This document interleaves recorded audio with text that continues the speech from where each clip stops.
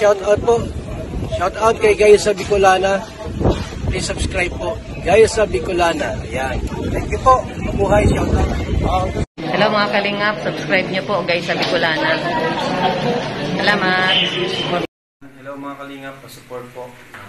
Jessa Bicolana. Isang kalingap partner po. Na nais rin makatulong sa ating kapwa. Bisita po ng kanyang channel. Pa-like, comment, share, and subscribe. Thank you so much mga kalingap. God bless.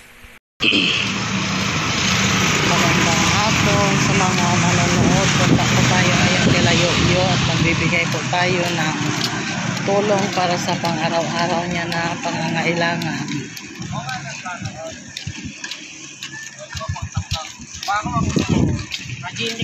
Siyempre, mapipigula ko sana.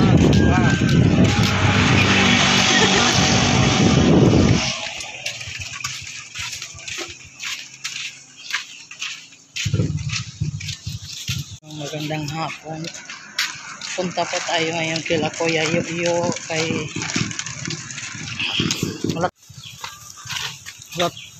ayan, malapit na po tayo kila Kuya Yoyo.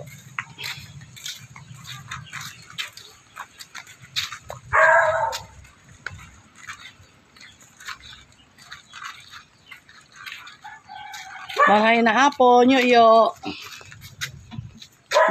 Nag-ano ka? Pwede abrihan?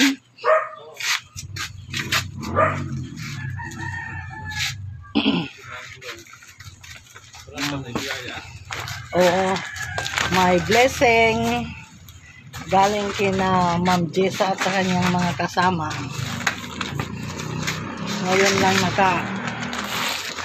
Ngayon lang ulit nakadalaw kasi naging busy sila Ma'am Jessa at ang kanyang mga kasama. Yan. Ha? Bakantiyo ng puligatan ko. Bakantiyon? Kasi picture eh. Ano yun? Baka makuryente ka. Ayan, bakantihon daw po yung kanyang bigasan.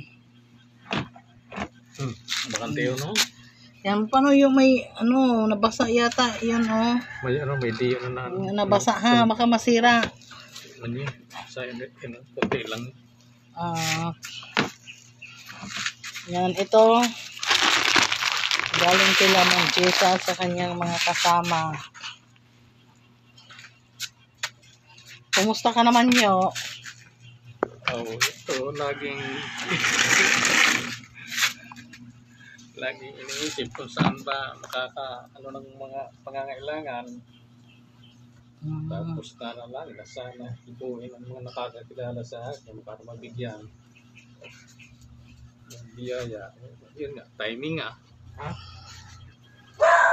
Timing, dumating yung blessing. Kaya maraming salamat sa mga sponsor po. Kay G sa Bicolana at sa mga kasamahan niya.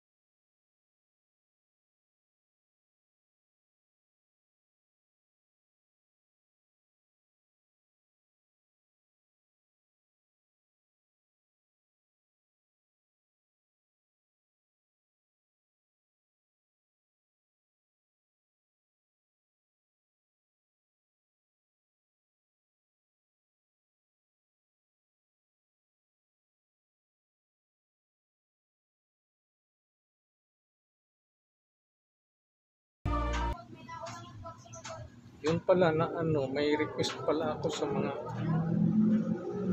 may dito ako sa mga sponsor para sa kung nakakapag ano ako, yung daanan ko ng wheelchair, nag-landslide yung ano, yung isang bahagi doon. Tapos pag dumadaan doon ang wheelchair ko, tumatagilid. Pag hindi aware ang nagda-driver, baka maaksidente. Kaya humihingi po ako ng tulong. Kahit konti lang kasi mayroon na nagbigay ng sa dalawang bag na simento. Ang kulang na lang, mga isang kabilya at saka mga siguro mga 20 na hollow blocks kasi kung boulder baka may baka may singaw yung mga buhangin sa loob, baka lumabas din tapos magbabakante sa ilalim. Kaya mag-ano Dapat din ha. hollow blocks na lang para walang singaw, para hindi magbakante ang sa ilalim ng simento eh. Ano lang, tapos mga siguro ipapaano ko na lang, bayanihan ko na lang yung tapos yung nga, buhangin lang galing sa ilog. Sir. Yun lang, siguro hindi naman aabot ng 500 yun siguro. Yung yung bakat, yung hollow block at saka kabilya. Videohan ko Oo. para puntahan po natin yung nire-request ni Kuya Yoyo na tulay. Ito po ang nire-request ni Kuya Yoyo na tulay. Gusto daw niya pong laparan. Dahil pag dumadaan sila dito, tinatagili daw niya yung wheelchair. At dudugtungan daw po dito kasi natibag yung semento. Muntik na daw po siyang madisgrasya. Kaya humihingi po siya ng tulong sa mga taong may magagandang puso para madagdagan o malaparan daw po itong sinasabi niyang tulay para makadaan yung wheelchair at hindi na daw itatagilid-tagilid. Humihingi daw po siya ng mga materialis dito